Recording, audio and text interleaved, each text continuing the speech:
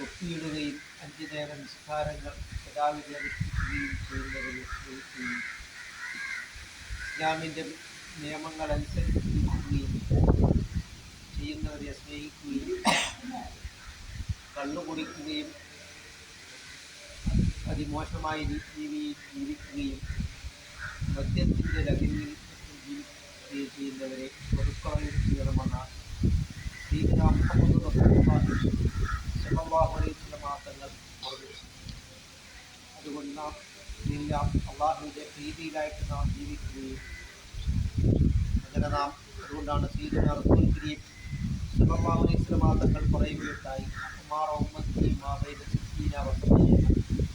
എൻ്റെ ഉമ്മത്തിൻ്റെ ആവറേജ് പ്രായം വെറും 60-ൻ്റെയും 70-ൻ്റെയും തുച്ഛമായ പ്രായം മാത്രമേ ഉള്ളൂ എന്നാണ് സയ്യിദുനാ മുഹമ്മദ് റസൂലുള്ളാഹി സ്വല്ലല്ലാഹു അലൈഹി വസല്ലം തങ്ങൾ പറഞ്ഞിട്ടുണ്ട്.